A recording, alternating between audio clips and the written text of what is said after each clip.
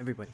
Um, Thanks for coming back to watch chapter 2 or listen to whatever. You can totally shut off the video and not even look at my face. You don't have to do that, but you can if you want to. And for those of you who've been staying inside, thank you very much for your contribution to society. And hopefully, we'll be able to beat this coronavirus in the next month or so. I want to say a week, but highly unlikely, guys. Gotta be weeks, gotta be months. So hopefully a month, and then vaccine in about a year, or by the end of this year. I don't know. Anyway, enough of the terrible stuff. Look at the day. It is beautiful. It is a nice sunny day. So we're gonna do this. That's terrible. There we go. Much better. At least I think so. I don't know how this works. Hello? I think that works. Okay. You guys ready? Ready? Let's go. Chapter 2. 3 old ladies knit the socks of death. I was used to the occasional weird experience, but usually they were over quickly. This 7 this 24/7 hallucination was more than I could handle. For the rest of the school year, the entire campus seemed to be playing some kind of trick on me. The students acted as if they were completely and totally convinced that Mrs. Kerr, a perky blonde woman whom I've never seen my whole life, until she got on our bus at the end of the field trip, had been our pre-algebra teacher since Christmas. Every so often, I would spring a Mrs. Dodd's reference to on somebody, just to see if I could trip them up, but they would stare at me like I was psycho. It got me so I almost believed them. Mrs. Dodds had never existed. Well, almost. But Grover couldn't fool me. When I mentioned the name Dodds to him, he would hesitate, then claim she didn't exist. But I knew she was lying. But I knew he was lying. Also, my glasses keep falling, but try not to touch faces as much as you can, especially if you've gone out. Okay. Something was going on. Something had happened at the museum. I didn't have much time to think about it during the days, but at night, visions of Mrs. Dodds with talons and leathery wings would wake me up in a cold sweat. The freak weather continued, which didn't help my mood. One night, a thunderstorm blew out the windows in my dorm room.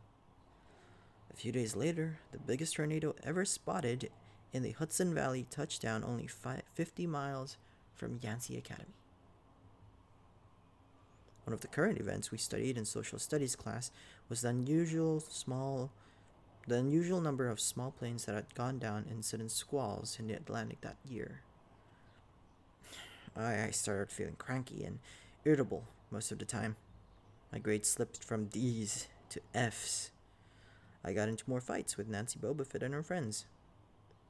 I was sent out into the hallway in almost every class. Finally, when our English teacher, Mr. Nicole, asked me for the millionth time why I was too lazy to study for spelling tests, I snapped. I called him an old sot. I wasn't even sure what that meant, but it sounded good. The headmaster sent my mom a letter the following week, making it official. I would not be invited back next year to Yancey Academy. Fine, I told myself. Just fine. I was homesick. I wanted to be with my mom in our little apartment on the Upper East Side, even if I had to go to public school and put up with my obnoxious stepfather and his stupid poker parties. And yet, there were things I'd miss at Yancey. The view of the woods out my dorm room. The view out, the view of the woods out my dorm window. The Hudson River in the distance. The smell of pine trees. I'd miss Grover, who'd been a good friend, even if he was a little strange. I worried how he'd survive next year without me. I'd miss Latin class too.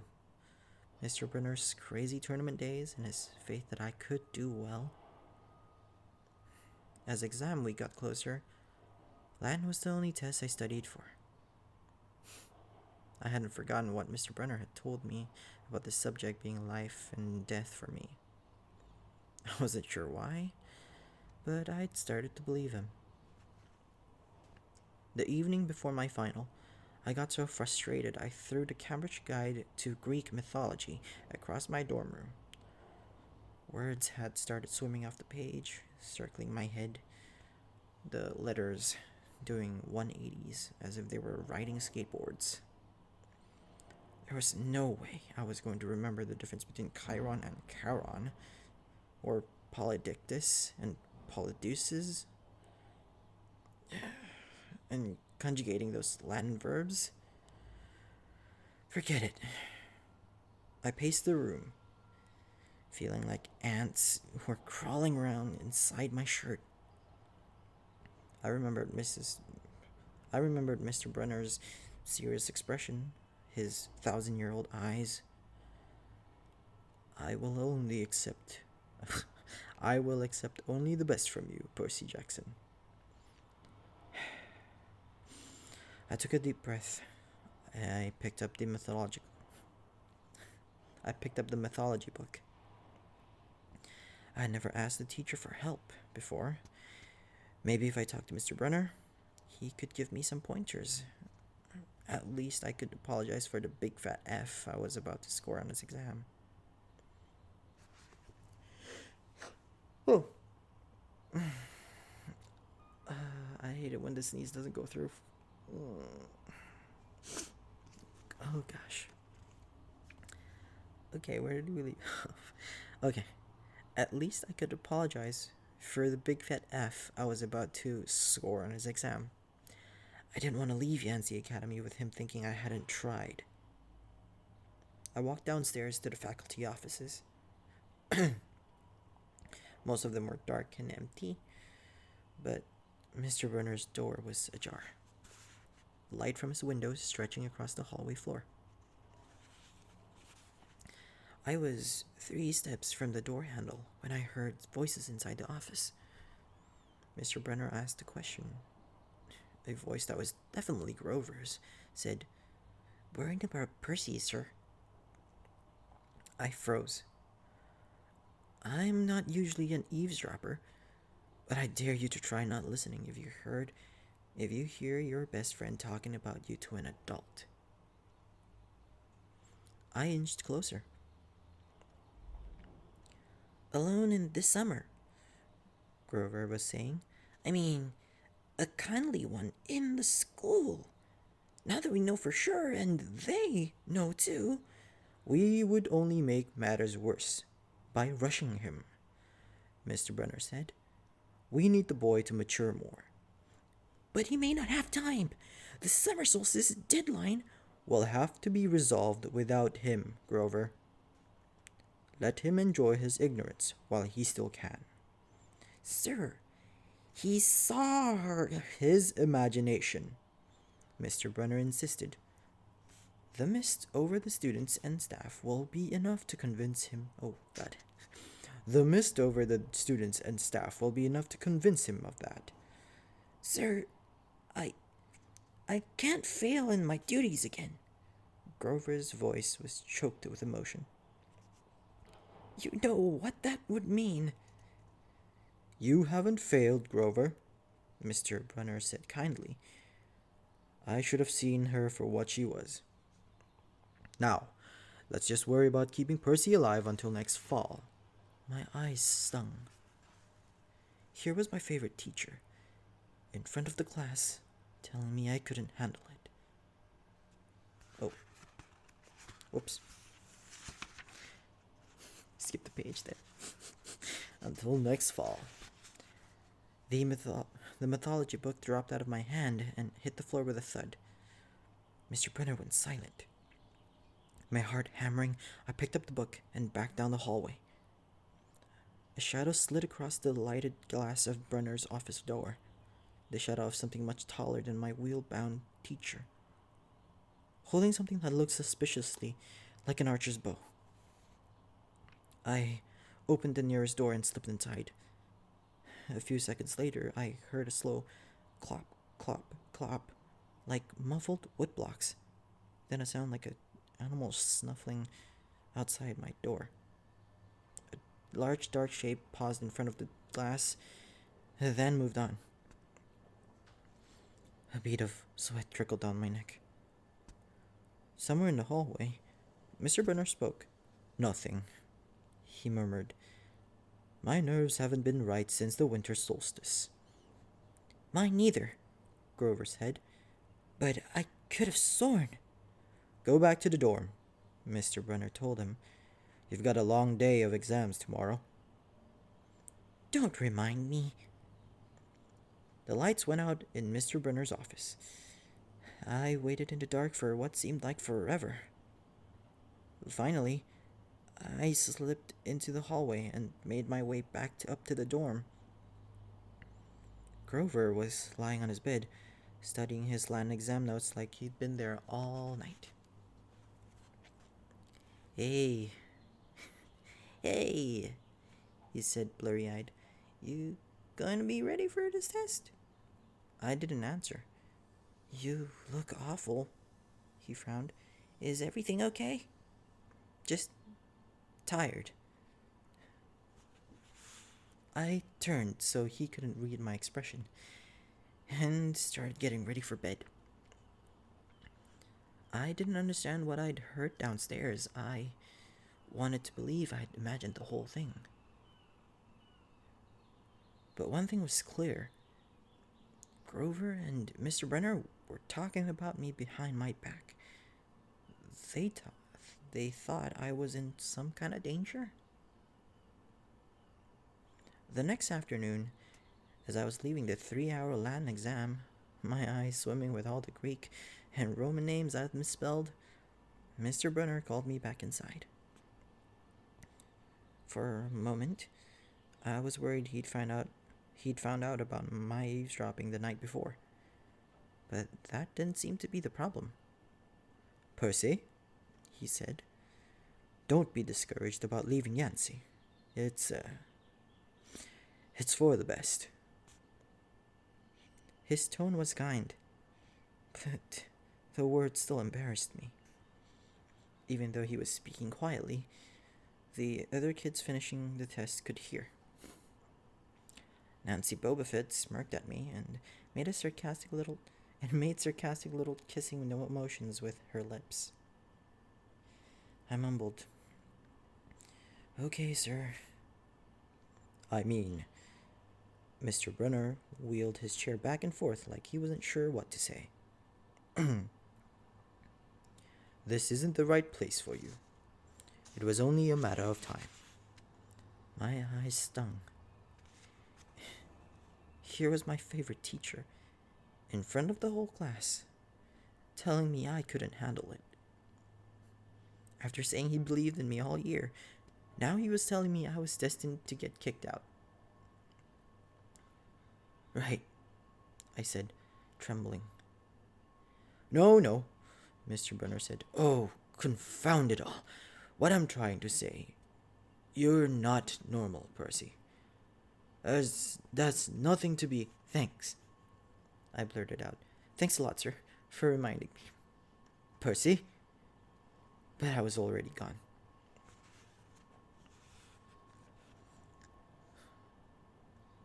On the last day of term, I shoved my clothes into my suitcase. The other guys were joking around, talking about their vacation plans. One of them was going on a hiking trip to Switzerland. Another was cruising the Caribbean for a month. They were juvenile delinquents, like me, They were rich juvenile delinquents. Their daddies were executives or ambassadors or celebrities. I was a nobody. From a family of nobodies. They asked me what I'd be doing this summer, and I told them I was going back to the city. What I didn't tell them was that I'd have to get a summer job, walking dogs or selling magazine subscriptions, and spend my free time worrying about where I'll go to school in the fall. Oh, one of the guys said, that's cool. They went back to their conversation as if I'd never existed. The only person I dreaded saying goodbye to was Grover. But as it turned out, I didn't have to. He'd booked a ticket to Manhattan on the same Greyhound as I had. So there we were, together again, heading into the city. During the whole bus ride, Grover kept glancing nervously down the aisle, watching the other passengers. It occurred to me that he'd always act nervous and fidgety when we left Yancy, as if he expected something bad to happen. Before, I'd always assumed he was worried about getting teased, but there was nobody to tease him on the Greyhound. Finally, I couldn't stand it anymore. I said, looking for the kindly ones? Grover nearly jumped out of his seat. What do you mean? I confessed about eavesdropping on him and Mr. Brunner the night before the exam. Grover's eye twitched. How much did you hear? Oh, not much. What's the summer solstice deadline? He winced. Look, Percy, I was just worried for you. See, I mean, hallucinating about demon math teachers? Grover. And I was telling Mr. Brunner that maybe you were overstressed or something, because there was no such person as Mrs. Dodds. And Grover, you're a really, really bad liar. His ears turned pink. From his shirt pocket, he fished out a grubby business card. Just take this, okay? In case you need me this summer. The card was in fancy script, which was a murder on my dyslexic eyes. But I finally made out something like Grover Underwood, Keeper, Half-Blood Hill, Long Island, New York. 800-009-0009. What's half? Don't say it out loud, he yelped. That's my, summer address. My heart sank. Grover had a summer home. I'd never considered that his family might be as rich as the others at Yancy. Okay, I said glumly. So, like, if I want to come visit your mansion? He nodded. Or if you need me. Why would I need you? It came out harsher than I meant it to. Grover blushed right down to his Adam's apple. Look, Percy, the truth is, I kind of have to protect you. I stared at him. All year long, I'd gotten in fights, keeping bullies away from him. I lost sleep worrying that he'd get beaten up next year without me. And here he was, acting like he was the one who defended me. Grover, I said, what exactly are you protecting me from? There was a huge grinding noise under our feet. Black smoke poured from the dashboard, and the whole bus filled with the smell of rotten eggs. The driver cursed and limped the Greyhound over to the side of the highway. After a few minutes of clanking around in the engine compartment, the driver announced that we'd all have to get off. Grover and I filed outside with everybody else. I really need water. Give me a sec. Blue lemonade, Calypso.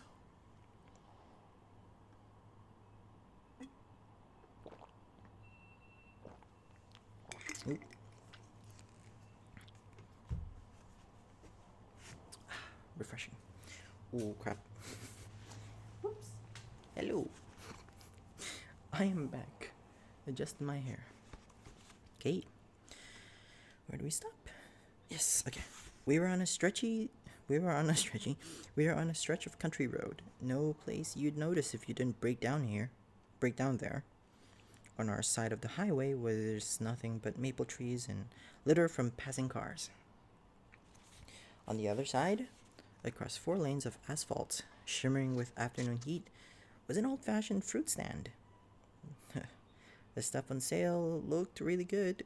Heaping boxes of blood-red cherries and apples, walnuts and apricots, jugs of cider, and a claw-foot tub full of ice. There were no customers, just 3 old ladies sitting in rocking chairs in the shade of a maple tree, knitting the biggest pair of socks I'd ever seen. I mean, these socks were the size of sweaters, but they were clearly socks. The lady on the right knitted one of them. The lady on the left knitted the other. The lady in the middle held an enormous basket of electric blue yarn. All 3 women looked ancient, with pale faces wrinkled like fruit leather, silver hair tied back in white bandanas, bony arms sticking out of the bleached cotton dresses. The weirdest thing was, they seemed to be looking right at me. I looked over at Grover to say something about this and saw that the blood had drained from his face. His nose was twitching. "Grover?" I said. "Hey man, tell me they're not looking at you." "They are, aren't they?" "Yeah? Weird, huh? You think those socks would fit me?" "Not funny, Percy. Not funny at all." The old lady in the middle took out a huge pair of scissors. Gold and silver, long-bladed, like shears. I heard Grover catch his breath. "We're getting on the bus. Come on." Oh my god, I forgot the one. "We're getting on the bus," he told me. "Come on." "What?" I said. "It's 1,000 degrees in there. Come on." He pried open the door and climbed inside, but I stayed back. Across the road, the old ladies were still watching me. The middle one cut the yarn, and I swear, I could hear that snip across 4 lanes of traffic. Her 2 friends balled up the electric blue short socks, leaving me wondering who they could possibly be for. Sasquatch or Godzilla? Huh. At the rear of the bus, the driver wrenched a big chunk of smoky metal out of the engine compartment. The bus shuddered and the engine roared back to life. The passengers cheered. "Darn right!" yelled the driver. He slapped the bus with his hat. "Everybody back on board!" Once we got going, I started feeling feverish, as if I'd caught the flu. Grover didn't look much better. He was shivering and his teeth were chattering. "Grover?" "Yeah?" "What are you not telling me?" He dabbed his forehead with his shirt sleeve. "Percy, what did you see back at the fruit stand?" "You mean the old ladies?" "What is about them, man? They're not like Mrs. Dodds, are they?" His expression was hard to read, but I got the feeling that the fruit stand ladies were something much, much worse than Mrs. Dodds. He said, "Just tell me what you saw." The middle one took out her scissors and she cut the yarn. He closed his eyes and made a gesture with his fingers that might have been crossing himself, but it wasn't. It was something else, something almost older. He said, "You saw her snip the cord." "Yeah. So?" But even as I said it, I knew it was a big deal. "This is not happening," Grover mumbled. He started chewing at his thumb. "I don't want this to be like the last time." "What last time?" "Always 6th grade. They never get past 6th. "Grover," I said, because he was really starting to scare me. "What are you talking about?" "Let me walk you home from the bus station. Promise me." It seemed like a strange request to me, but I promised he could. Is this like a superstition or something? I asked. No answer. Grover, that snipping of the yarn, does that mean somebody is going to die? He looked at me mournfully, like he had already picked the kind of flowers I'd like best on my coffin.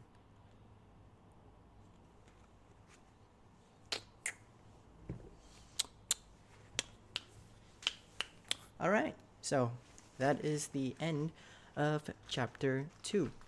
A little bit shorter this time, but a lot better. I get to relax after this, and I don't have to take 2 shots. I mean, 2 videos, because my camera can only go up to like 30 minutes. So, yeah, seems good. Weather still looks great. Sadly, we can't all go out. So, sit at home. Maybe hopefully you've stocked up on something like beer or alcohol. Have a drink, sit down, or have coffee, and just, type away at something, watch some videos, watch my video. Thank you so much. Or like, pick out a hobby, play some games. I don't know. Anything is possible when you put your mind to it. Just gotta do it, guys. Again, thank you guys for watching this video or listening to it. I really appreciate it. I will keep making these videos over and over, and hopefully I'll finish the entire series. And I really do big appreciate, guys. So just like, comment, subscribe, and share it with your friends. And help me out, guys, really. I have a lot of other videos. I have some games and things, there. So just check them out, or there, I don't know. Yeah, I do video games. You can catch me on Twitch at Flowerworks. And maybe I might even do live readings every once in a while if this does catch on. So yeah, thank you, and we'll see you again.